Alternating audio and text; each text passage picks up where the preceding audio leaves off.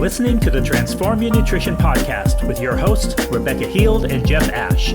Our purpose is to help individuals and families transform their relationships with food and develop healthy bodies, minds, and attitudes, all without restriction, guilt, or shame.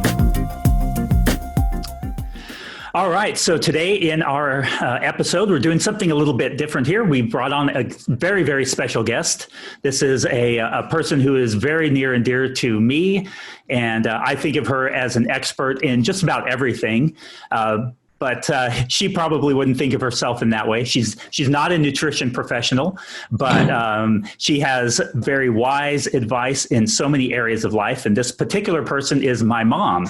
So we're going to be talking to her today about nutrition, about how she managed nutrition and food and everything around when I was younger, when she was a stay-at-home mom and we were on a very, very tight budget.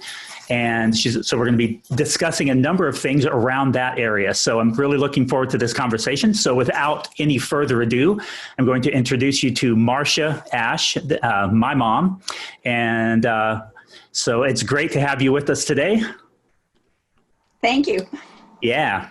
So this, before we jump into our discussion, why don't you introduce yourself to our audience and kind of tell us maybe a little bit about yourself, some of your interests, maybe what you did for a living, and then we'll kind of dive in from there. Okay, well, let's see. I met your dad, Terry, when he was in Bible college studying to be a minister. We married quite young. I was a sophomore in college. He was a junior. We moved to South Dakota after he graduated, and that's where your older sister, Gabrielle, was born, and then you were born 2 years later. And when you were about 2, we moved to Albuquerque, New Mexico, where I've lived basically ever since then.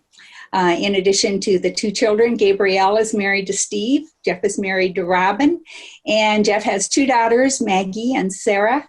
Maggie is married and lives down the street from me, and Sarah lives with me. She's almost 23. So I was a stay-at-home mom until Jeff and Gabrielle were in their middle school years. I think they were 11 and 13 when I went to work outside the home. I worked for 30 years in human resources. The last place I worked was a medical laboratory for about 15 years.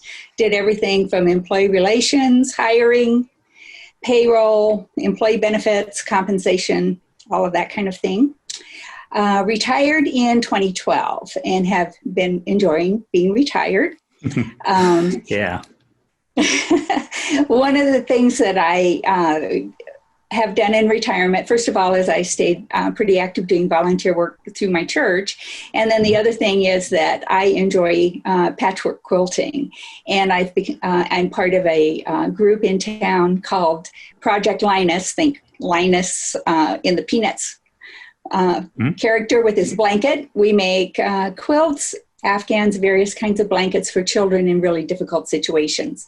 Some of them go to first responders, some go to hospitals, some go to the cancer center, and that sort of thing. So I have really enjoyed that. Yeah, that's one of those great things about being retired, is you have the ability to do all those things that you really want to do. Right. So that's great. So tell us a little bit about kind of what your economic status was when I was growing up. How was it? Because we're going to be talking today specifically about food and this kind of thing and nutrition. And one of the things I thought would be really interesting to hear from you, it was at our economic status. We were definitely not at the higher end of that. And so we'll be talking about kind of how you handled feeding your family on that. So tell us a little bit about that.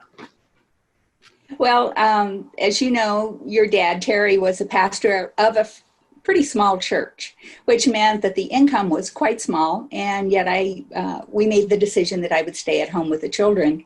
And so basically in those years, we almost never ate out, maybe once a month at McDonald's. Was a big treat. I made almost everything from scratch. Didn't buy a lot of convenience foods at the grocery store. Like we didn't have a lot of chips or Cokes or those kinds of things, stuck to pretty basic things. And a couple of things that I did when Jeff was young is I had learned from my own mother, who had to be very frugal, that dried powdered milk was a lot less expensive than buying whole milk.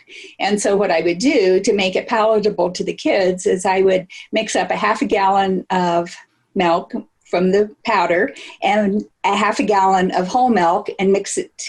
I would take a half a gallon of whole milk and mix it together and make sure it was really cold, and they really didn't know the difference. So that was one frugality that I did. We didn't eat a lot of meat. We generally had meat, but we had small servings of meat. So, it wasn't like everybody got a steak or something like that. We ate a lot of ground beef because it was cheap and I could stretch it a long way. Canned tuna could be stretched a long way. So those are some of the things we did. That doesn't sound, it doesn't sound too dissimilar, in all honesty, to the way that I was brought up as well. And, from an Italian background as well, that you made food go a long way. And like you said, meat is something that was a part of our diet, but it was combined with, like, my grandma would have, because she'd maybe only have like a small amount of meat, or my mum, and then they'd add lots of other stuff to it to bulk it out so that it made a meal for everybody. Does that make sense? So yes, there were lots of pulses, there were lots of my grandma used to buy dried stuff, dried beans and all that kind of stuff, and it'd be kind of bulked out. But whilst, like you say, whilst meat was part of our diet, it wasn't like it was, a massive portion of meat, then some veggies and some potatoes. It was a bigger part of a bigger meal, if that makes sense. Right. Yeah. Right. I think that's a really important, sorry, I don't mean to hone in on that, but I do think it's quite an important point, because protein is important, it is an important part of our diet, but I do sometimes think, within the culture that we live in at the moment, it can get overplayed. Would you agree, Jeff? Yeah, definitely. Yeah, and it's really easy to get caught up thinking that meat is the only source of protein. Exactly. I think my mom and I had a conversation somewhat recently. I remember we were talking about some plant-based sources of protein, and things that she specifically mentioned, which it's really interesting after going through formal nutrition education and you learning these tricks for making sure that you provide a complete amino acid profile when you're eating plant-based proteins. My mom was telling me, you combine your different sources of your plants to make sure you get good sources of protein. And we were just having that conversation. Is that something that you did, Mom, when we were growing up? Was that intentional, or was that something you learned from your mom? I didn't really learn that from my mom. I learned it as a young mom, though. People were starting to become vegetarians a bit, and so there were articles in women's magazines about that. And so I learned some of the fact that, you need to have a grain and a legume together. I think people instinctively did it when I was a child. Sometimes my mother would make a pot of beans and a pan of cornbread, and we always had beans and cornbread together. There you were getting the grain and the legume. And but Jeff didn't really care much for dried beans cooked. Chili with a little hamburger and tomatoes and some pinto beans in it was just fine, but don't give him a bowl of bean soup. He didn't like it.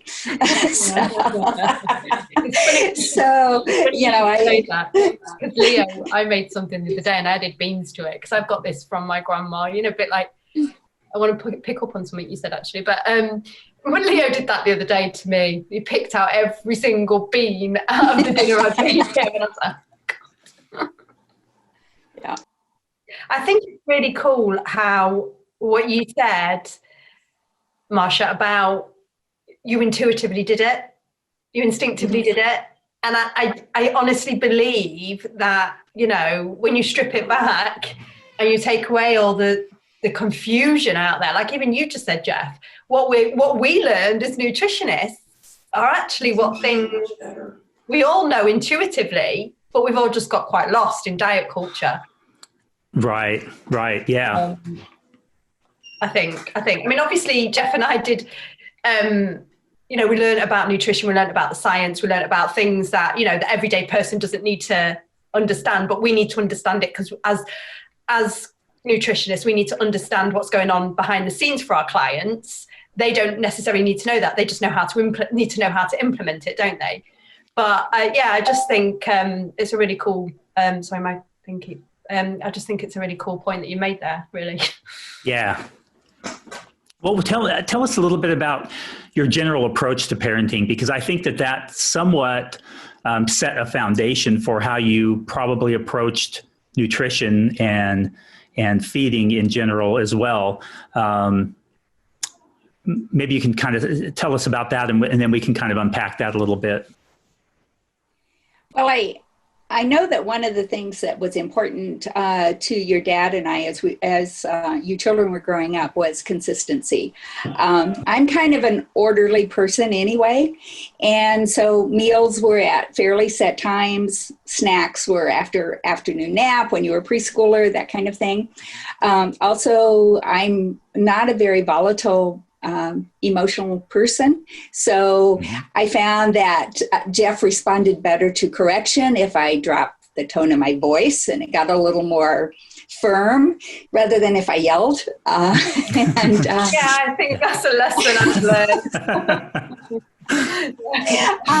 And I tried to be consistent with things that if the children knocked over a glass of milk at the dinner table, I would hand them a towel and tell them to clean it up.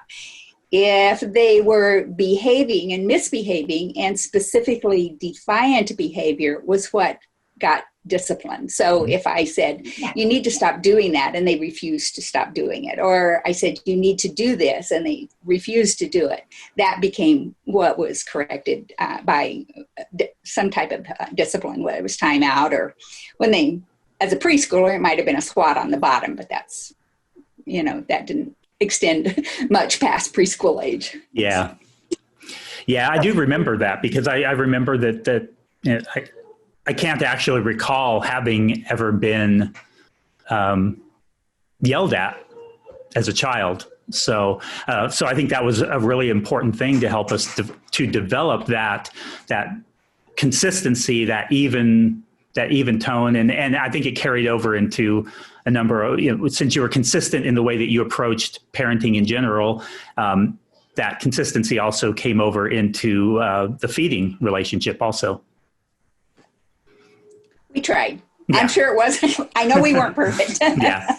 That kind of is, but it's that consistency and that routine is really important. And I think what tends to happen these days very often is that children dictate what it is they eat and when they eat. I think, I can see that's happening more and more when I talk to my clients, when I talk to other parents. It's like, they're just going to want this, or they're just, I'm just letting them have what they want when they want because it's just easier for me. But it's something that Jeff and I talk about a lot, isn't it? About consistency and routine and how important it is. And I think it's something that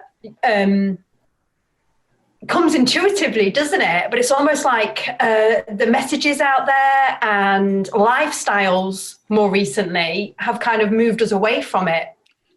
Right. And I don't think people have got the same confidence as you maybe had, Marsha, in nutrition with their children, if that makes sense. Like I know what I'm trying to say by that, but, I think very often parents feel unsure what to give their children, or unsure what they should restrict, or unsure about boundaries. And, and like I said, just as they are unsure about their own nutrition, they're unsure about how to kind of establish it amongst their children. Does that make sense? I think so. And I think that one of the things that impacted my thoughts about nutrition was my upbringing. My mother had an education degree. Her major was in home economics, which in those years meant cooking and sewing and those sorts of skills, and music. And she taught music. My father had died when I was a baby, and I'm the youngest of 5.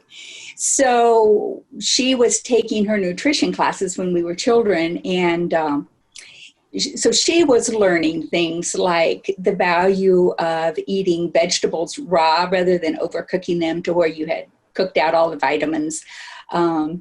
She had kind of a formula, because my next older sister, who's 4 years older than I, at one point had to have most of the meal ready by the time the rest of the older siblings and my mother returned home in the evening. And so her formula was, okay, you cook some meat, you have potatoes, you have a cooked vegetable, you have a raw vegetable, and then you have as many other things as you can pull out of the refrigerator that are ready to eat on the table. So there was always a wide assortment of things. Again, she was feeding teenage boys smaller portions of meat, but filling that meal out with maybe a Jell-O salad we'd made on the weekend, or some cottage cheese, or raw vegetable sticks and that kind of thing. That's great, because that's including more things, isn't it? It's including more variety, which I think is great, you know. And it also accommodated the fact that maybe one person didn't care much for cottage cheese, but they liked carrot sticks and would just kind of fill up on carrot sticks, you know, that kind of thing. Yeah. Yeah, I love that. I do love that. I know that my kids, I don't always do that, because I must admit, you know, the pressure, the pressure as a mum these days is just intense. It really, really is. I'm not saying it wasn't before. I'm not at all, because I know, you know, but I'm not always necessarily doing the family style meals as much, but I do know that my kids love it. And I do know, I think I did it after we'd done Sunday lunch last week. And I literally brought all the leftovers over, and then I just had whatever I had. And the kids were like, I loved it, Mum, I loved it. Can we do that more? But yeah, I think just sometimes it's just literally in food and then it's back to work. So yeah. Well, having that ability to make that decision for yourself of what it is that you want to eat from the stuff that's offered is an important thing. And we've talked about that in the division of responsibility, where our job as parents is what we're going to provide and where and when. And then the job of the child is how much they're going to eat and whether they're going to eat it. And by giving those different options and coming up with creative ways to provide good, solid nutrition in ways that everybody can find some way of eating it in an enjoyable way is really beneficial. And, I remember just growing up that the approach that you were talking about, Mom, that I never left the table hungry, because you made sure that there was enough food there. And there were certain foods that you would put out that I wouldn't eat, but you always made sure there was something else. So you didn't force me to have to eat green beans, as an example, or liver in order to get full. So I could, I could fill up on those. Yeah. I was just telling my mom that I actually ate green beans yesterday and enjoyed them, which was a shock to me, because I have no idea why I actually liked them, but I can see green beans have been an issue for you. You've mentioned it before, and then someone commented on our Facebook page about how they give your daughter some green beans. Yeah. And hey, maybe that's a good illustration of how we said that sometimes it takes a while for a kid to be willing to try and start to enjoy a food. It only took me 49 years to enjoy green beans. So you got there.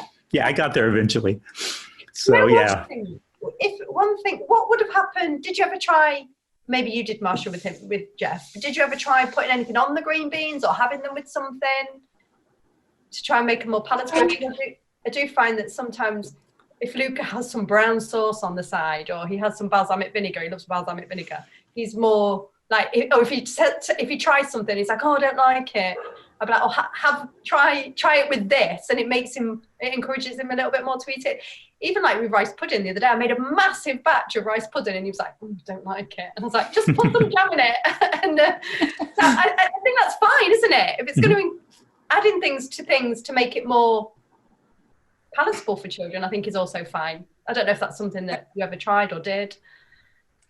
I'm sure I tried it with Jeff with green beans. It just never worked, but because he really didn't care for them. But like I said, I made a lot of different meals in many different iterations. I could make I can probably think of 8 or 10 ways to do ground beef into a casserole or a meatloaf or meatballs or Barbie cups or just numerous ways because that was pretty much the meat that we used the most.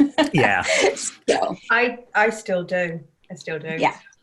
You know, I do. And we rarely had what would be traditional hamburgers here in the U.S., once in a while. Those were more a treat because then we would buy a bun and we'd do it on the grill or something like that. But most of the ground beef was hidden in some way in some my kids love it. My kids do love it. Like I'll use the ground. It's not always beef. I use the ground turkey as well because often it's cheaper. Ground pork, it's cheaper, and it's just as good very often. So I buy it and I put it in stir fries, and my kids love it. Yeah. Or soups or all kinds of ways. Yeah, those are all great ways to keep the keep the meals interesting. They're different, even though you're still using many of the same basic ingredients, and it's can be more economical. Like you said there, you don't have to give each person a big serving of meat as kind of a main dish. You can make a main dish that has some meat in it, provide the nutrition that's necessary for them, and that carries over. And it adds variety, doesn't it? Like you said. Yeah, definitely. So and that's go on, sorry. I was just going to say that was one of the things as a young mom when we were on a tight budget. And I wanted to be creative, but I couldn't necessarily spend the money to be creative in crafts and quilting and things like that. But we had to eat. And so I could try different recipes and different desserts and different things like that. So that was one of the ways that I kind of fed my personal creativity, was trying different things. I love that. Yeah. Yeah, that's a really good point. Yeah. I took out my creativity by making a giraffe cake. Yes, that came out really good. That was you did a good job. Now, my mom was actually she was that was an outlet for her creativity for quite a while. She used to decorate cakes, and she would do the fancy decorating and all of that fun stuff. It actually, I've not going to lie, it's been a tough week here, and I think it was on Wednesday, the day before, I was really feeling it. I was like, and it's so funny, but I just lost myself in making the cake, and it was a bit therapeutic. It actually was, and I was like quite surprised. So yeah, it's a really good point. Yeah. Well, now, Mom, I learned to cook from you, my basic core cooking skills. How was that something that was very intentional as part of your parenting? Was it just something that was kind of natural because of the way you grew up? How young were you when you started learning to prepare meals and that kind of thing? And then did that kind of carry over into teaching us how to cook? Well, I started helping Aunt Beverly prepare the evening meal.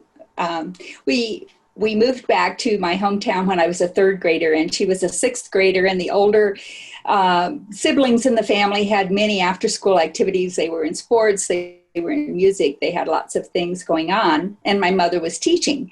So Beverly, as a sixth grader, was expected to have most of the dinner meal prepared by the time everyone got home. And so she, of course, put her little sister to work. So I probably started peeling potatoes in preparation for the meal, and other veggie sticks and, cutting carrots and that sort of thing by the time I was 8 or 9 years old. And then once Beverly graduated from high school and I was a sophomore, then I was the one expected to have the meal ready when my mother got home from school, because she tried to do as much of her teacher work as she could at school and then come home and have the evening free for family. So I was making most of our dinner meals by the time I was 14 years old. But as far as teaching you, my memory is that I probably didn't teach you and Gabrielle very much about cooking. You were interested and you intuitively learned. It's still to this day, I'm not good at engaging Sarah in helping me prepare meals. Yeah.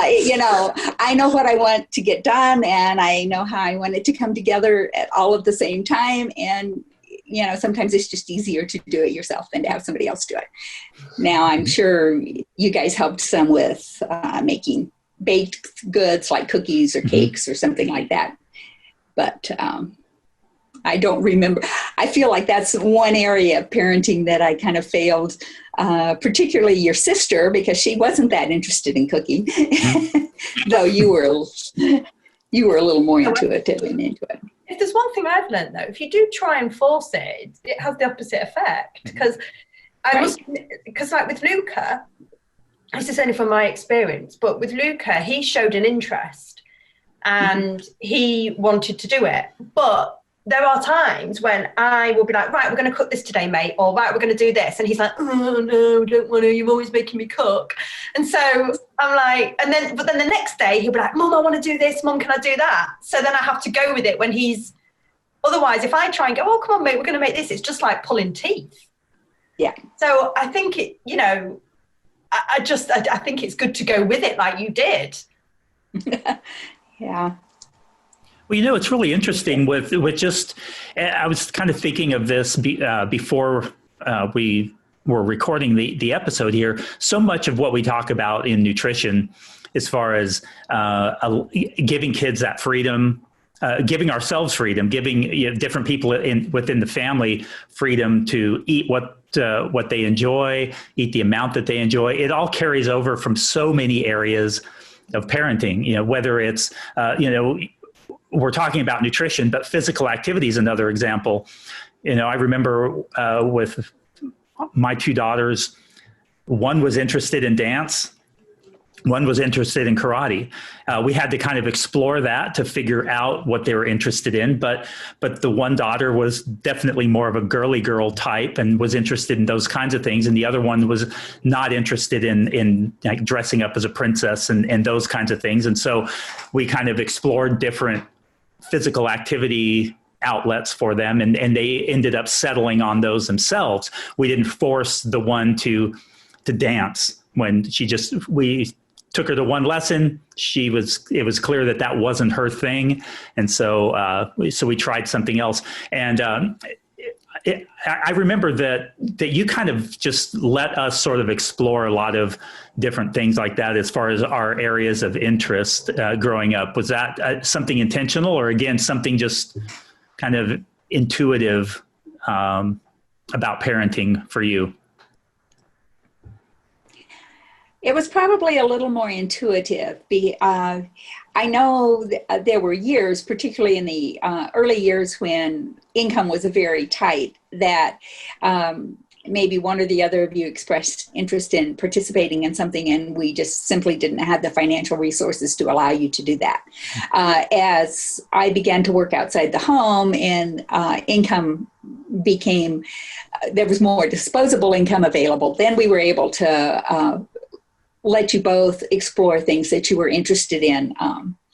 So I know there was a period of time when you both were interested in bowling and were on bowling leagues, and things like you played baseball as a kid and that sort of thing. So we never did much in the way of music lessons, though the family's kind of musical and you became very musical. But again, income was probably part of the driver there. Right. Yeah. Had you found that to be the case with yours too, Rebecca? I remember one of them saying that, talking about football. Yeah, it's funny. Yeah, because kind of what you were saying, but luckily I am quite lucky that both of mine have actually found something they both enjoy the same. But we've definitely been through, like, I took them to football, I took them to karate, I took them to, what else did I take them to? I tried them with dance stuff. I tried them with all sorts of things, just trying to get them to be active. And in the end, luckily, they both decided that they like golf.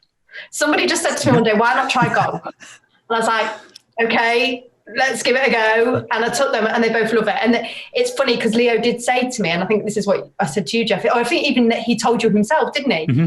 He was like, I really thought I was going to hate it. He says, but I love it. I really enjoy golf. Yeah. I think it's probably because you don't have to move too much. I mean, not that Leo ever stops generally. He loves dancing around and what have you, but if not sporting wise, do you know what I mean?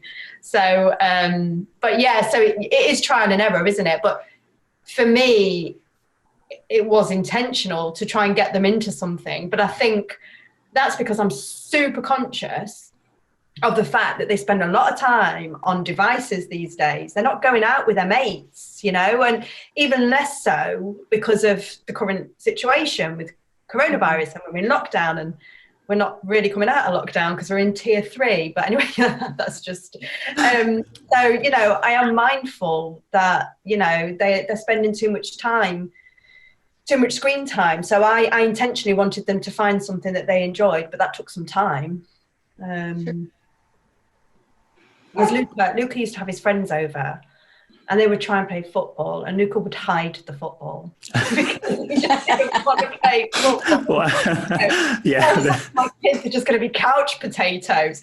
Do you know something really interesting that I actually did make me think? It was something, sorry if this is going a little bit off track, but it was something I was reading. There was some research I was reading a couple of weeks ago actually, and it was talking about mothers that diet during pregnancy, and seems to be some research to show that mothers that diet during pregnancy have children that aren't as active, and they're saying it's maybe because, obviously, I don't know if it's something to do that goes on, you know, in the womb, they're having to reserve energy because they're not getting as much nutrients. I don't know. I just thought it was super interesting.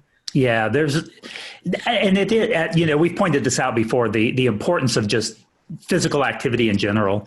And I think, Mom, you probably didn't need to be super intentional about that, because growing up in the 70s and early 80s, we didn't have, well, we had Pong and Atari, but that was the extent of the video games, and we didn't have it, at least not for quite a while. So we didn't have cable TV, and so you had to go outside and just run around and just entertain yourself in a physically active way.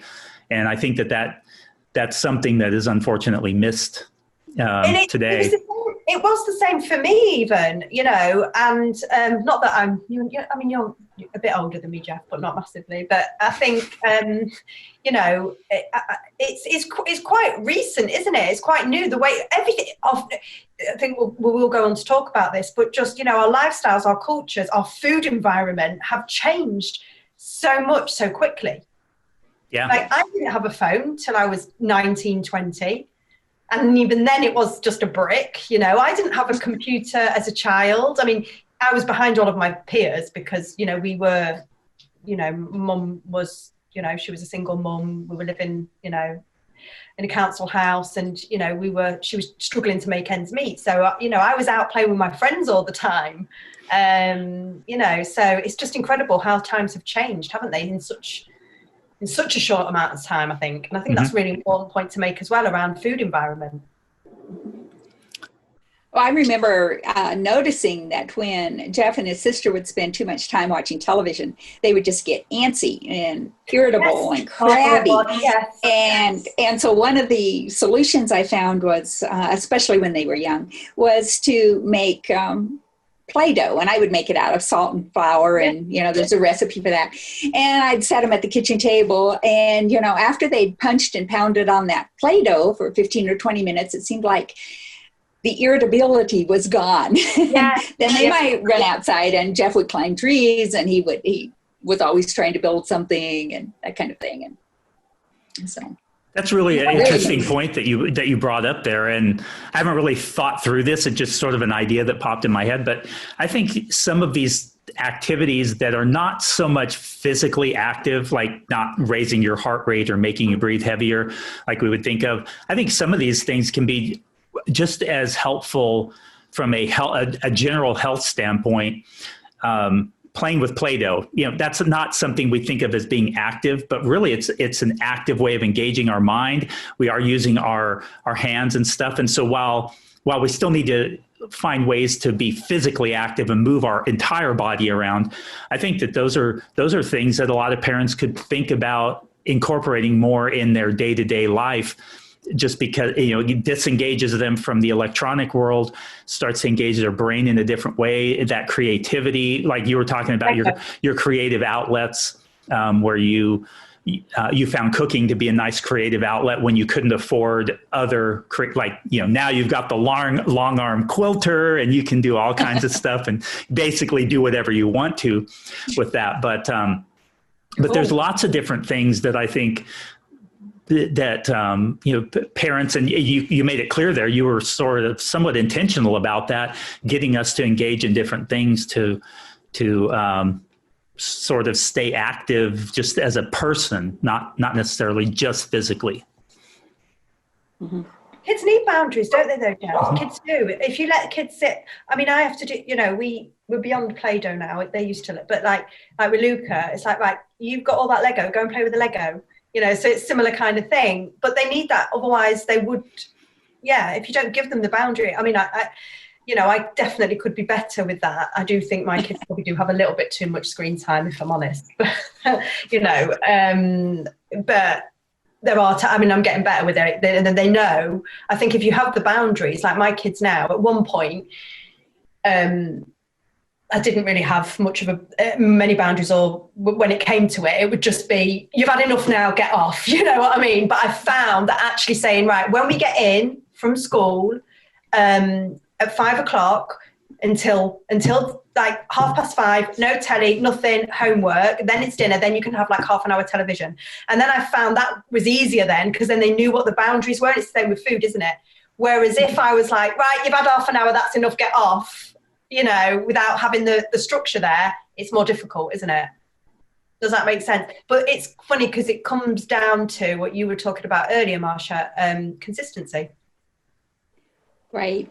And I found that with my children when they were young too, that letting them know ahead of time was a key. I spent a year living with my brother and his wife when they had 3 preschoolers. I was in college, and my sister-in-law was really good about telling her little preschoolers, okay, we're going to go here, and this is the way I expect you to behave, and this is what you can expect us to do. And so she would kind of lay it out for them before leaving the house. Yeah. And that really helped them, and I think it really impacted my own parenting to watch her do that. Yeah, I found that with Leo, because Leo struggles when things are unplanned. So I think, it's a great rule of thumb, isn't it? Luca was always okay. I never really, but with Leo, I found if he, that's like, even now, he has to have like a 10-minute warning before we're leaving the house. Otherwise he'll have a meltdown, So I think that's really important, definitely. Because I think all children, for Leo, I think Leo's just a little bit, he's unique, bless him, but I think in a good way, but I think actually all children do thrive in that way. Some children cope with it better, like obviously Luca maybe didn't cope with it as well, but didn't necessarily let it out in a way that I picked up on it. Does that make sense? Sure. Whereas Leo, so there might have been other things that were going on that I didn't correlate it with the fact that he didn't know what was happening, what was going on. Whereas Leo's very vocal. Leo will be, this is how it is. He wears his heart on his sleeve. And so immediately what's upset him. Does that make sense? So Yes, definitely. Mm-hmm. Yeah, that consistency, I think that's so important. And when I look back on where I failed in parenting in different times, when I think back of things that I wish I would have done differently, it was those areas of consistency, whether it was with nutrition, whether it was with schooling, whether it was with the way that I responded to certain situations or certain behavior problems. I definitely was not, and based on, to a large extent on my first marriage with my late wife, there were a number of struggles there that we had that contributed to that, and made that really difficult, and sort of developed bad habits as a result. But as I look back and kind of compare now, looking back at what I did and how I was raised and the difference in the consistency, I can just see how it really contributed to so many positive things in the way that I grew up. And so I'm always grateful that my parents were very consistent for the most part. I'm sure my mom would probably think differently. I think, I sometimes idealize my parents, but good. I think it's fair to say that because so many other people do also. And so, especially his dad. Yeah, definitely. But that consistency, I think, it kind of brings us back to that whole, the nutrition. Rebecca and I talk a lot to people when we're doing just short little pieces of advice for parents, when we're chatting, that consistency, structure, all of those things are so important for kids to have in their life, and especially around nutrition, that consistency and structure to help them be able to develop good, solid eating habits, a healthy relationship with food, and all of those things, and be able to then later on in life enjoy food and have a good relationship with that. I mean, I see that with you. You enjoy your snacks, but you also enjoy your fruits and vegetables and your lean sources of meat, and you have just been, I think it's that consistency that has set you up for just a general lifetime of health, because you're very healthy at your young age. And so I think all of those things contribute. And that's something I think definitely would kind of just keep on emphasizing to parents, is that consistency and structure. Consistency and structure. I think consistency is the really, and not perfection, structure, boundaries, but just allowing that flexibility within it as well, I think. Mm-hmm. Because, I think sometimes if things are too rigid, that can also bring, but I think, but that exactly is what you said, isn't it? Consistency, because it's about being consistently good rather than trying to always be perfect. Right. Well, and I think Rebecca brought up something too that I discovered that I have, as I think back over the years, I noticed when our family situation changed and I began working outside the home, I then had more disposable income available and less time. Yeah. And so food and meal times became very different than they were in Jeff's earliest years. And so we ate a lot more fast foods. We ate out a lot more. We ate a lot more convenience foods. And all of those things that really aren't that great in nutritional choices. Soft drinks are always in the house. There's always Coca-Cola, Pepsi or other drinks like that in the house. There's always chips, cookies, really snack foods that are easy to grab but aren't necessarily very nutritionally dense. So again, as the family dynamics changed, then many of those things went by the wayside. The good habits went by the wayside and the bad habits took over. Well, one thing I just want to I think that's a really important point. Luke, will you pass me the charger for my laptop, please? Sorry, my battery's about to fly and I've just asked Luke to get the charger. One thing that I wonder also as well, over that time, did the food environment change at all? Because, were the more processed foods, did they become gradually more available as well as you went out to work? The ability to purchase them did. I mean, they were always in the stores because, but more and more processed foods are in the stores now than were probably 40 years ago or 50 years ago. Yeah. So I think because I do think that's a contributor as well, isn't it? I think that, and the fact that, you know, we have to work, don't we? We have to bring. Right. Sorry, 1 second. I need to turn this. Oh, come on. Oh, no, it's charging. But I think, what you mentioned there about always having the cookies and the chips, or the crisps as I call them, and the Coke in the house and stuff. Do you know what? I don't think it's a bad thing though, because, you know, our children are going to go out into the big wide world where they're everywhere. Right. You know, so if they're used to having it in the house alongside other options, healthier options, then we're actually setting them up to deal with the reality of what they're going to have when they go into the big wide world. Does that make sense? Yes, I think it does. It's just I know personally that I don't eat nearly as clean and healthy as I did, 50 years ago. Yeah. Just because it's easier to, to throw a TV dinner in for lunch and heat it up. Yeah. I do that now. There are days when I think to myself, those kids definitely could have ate better. But do you know what? I didn't have time to do anything other than a pot noodle. So that's what they got. But I think yeah. Well, you know what's really interesting, though, and I kind of mentioned this to my mom the other day, was that I think that because she grew up with that structure, that consistency, that ability to eat what she felt like she needed, and kind of regulate her own appetite. And I think the same way at a young age, I grew up with a food environment that was set up in such a way that it was very natural for me to eat until I was full. And then I just didn't really eat. It's still easy to snack on things, but in general, if I'm not hungry, I don't eat.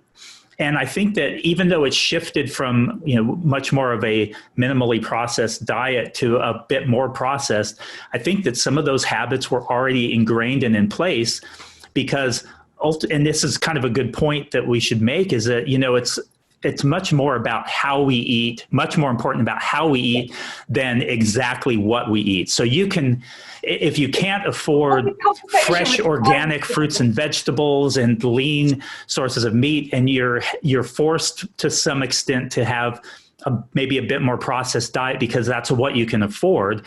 Because, back then it was cheaper to eat unprocessed. Now it's actually cheaper to eat that highly processed stuff, which is why the obesity rates are higher in lower income and those kinds of things is, one contributing factor. But in any case, I think that's important, that if you can get those habits and behaviors and patterns instilled in kids when they're young, then it's much easier to navigate the challenging food environment when they get out, like you were saying, Rebecca. Well, I spoke about this. I was speaking to a client about this, and I actually did a video about this the other day because there was some research that was done, and it was looking at Mediterranean countries, and they were saying, is it about what they eat or is it about how they eat? Now, I think it's a combination, definitely. Mm-hmm. Yeah. I definitely think what they eat is generally, although I must admit, I've noticed in Italy, in the bigger cities, there is more, definitely kind of westernized. It is becoming more... Processed foods are more readily available, I think, but not to the extent that they are here, definitely not. And in the little villages and stuff like that, not at all. But I think my point is that they did a study. There was a study, not a large scale study, and it would have been, it would have just been an observational one. But it was saying how I think they were asking some French and Italian people when it is that when they stop eating, yeah. And they said, well, when we're full. When we've had enough. And I think they asked some Americans the same question. They were like, when my plate's finished, when my plate's empty. Yeah. So they were not in touch with their own hunger and satiety signals. They were letting external kind of cues dictate how much they eat. And you think about now, portion sizes when you go out for something to eat, share bags and everywhere. If you're not listening to your own body, your internal signals, then our environment is just set up for us to overeat. Mm-hmm. And so I just think it is absolutely what you said there, Jeff. It is about how and I had the conversation with a client today. I was like, when do you finish? When do you stop eating what's on your plate? Well, when it's all gone. I said, so not when you're full? No. So obviously an area to work on. But another client said to me today as well, she actually said, I remember when I first started working, she said, it's funny because the other day she was talking to a partner about the portion size she had on a plate. And she said, compare this to what I would have eaten a year ago when we first started working together. She said, it was nowhere near as big. Yeah, it was just as satisfying. But she said to me, as she was growing up, her mum just used to do huge portions, and it was like, you need to finish what's on your plate. So it was almost like she was just conditioned to overeat. Mm-hmm. Yeah, definitely. That just makes so much sense.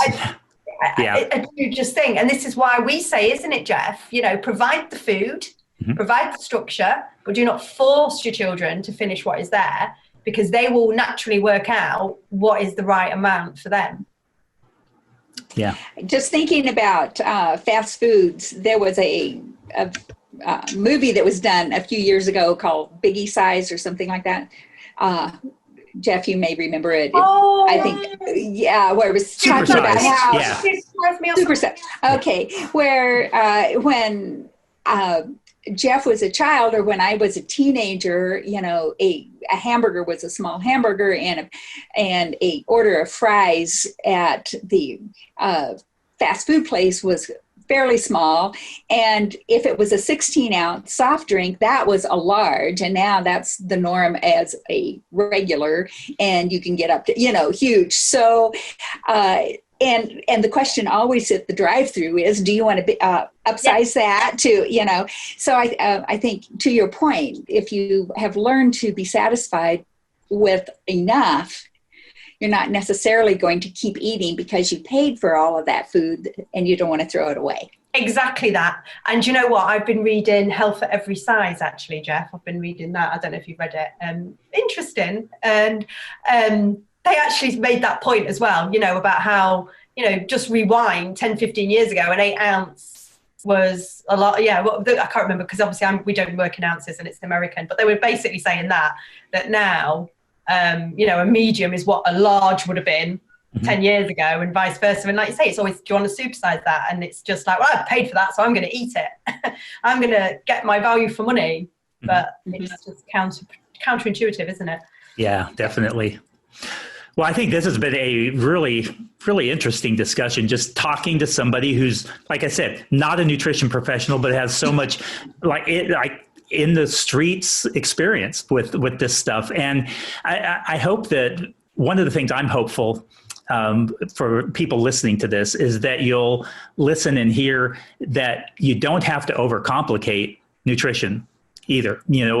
Sometimes it's easy for us as nutrition professionals to overcomplicate it and to break things down too much. But when you look back at kind of the way that my mom talked about how she structured nutrition and approached it, it's just very natural, matter of fact, allowing our body to tell us when what we eat, how much to eat, when to stop, just keeping it really simple like that. And so hopefully some parents can find encouragement in that you don't have to overcomplicate things. You don't have to try and work in. You probably noticed too that there was nothing mentioned in diet mentality or diet culture here as far as how she approached our nutrition growing up. And so I think that's just a great takeaway from our conversation today. Yeah. If you could give younger parents one general piece of advice, whether it's nutrition or just general parenting advice, what would that advice be?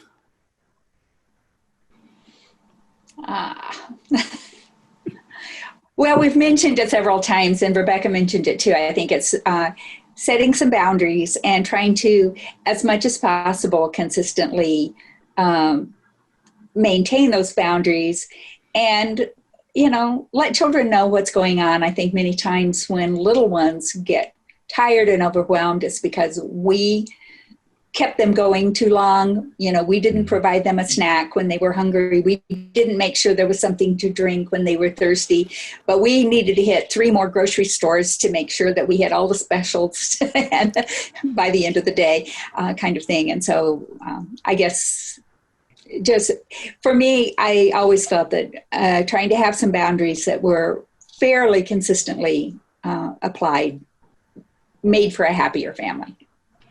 And that's a great point as well, what you've made there about how you know, it's our job, isn't it, to make sure our children don't go too hungry. It's our job to make sure our children don't go too thirsty, definitely. But then it's, you know, or to provide them with that, and then it's their job as to what they take when it's offered. Yeah, definitely. All right. Well, this was, what were you going to say?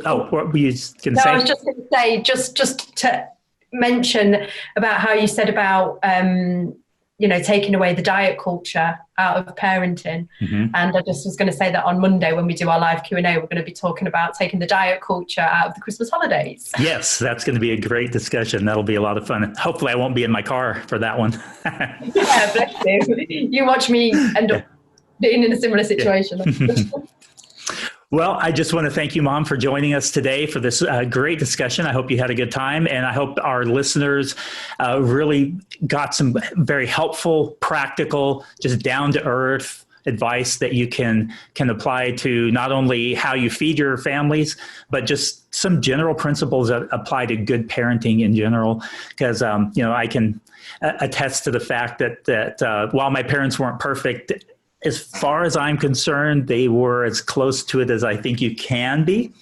And my mom is very humble, and so she's probably embarrassed by the fact that I'm saying that to some extent. But it really is true. And keeping it simple like that, it goes so far in just developing a good, well-rounded experience and child. So thank you again for joining us.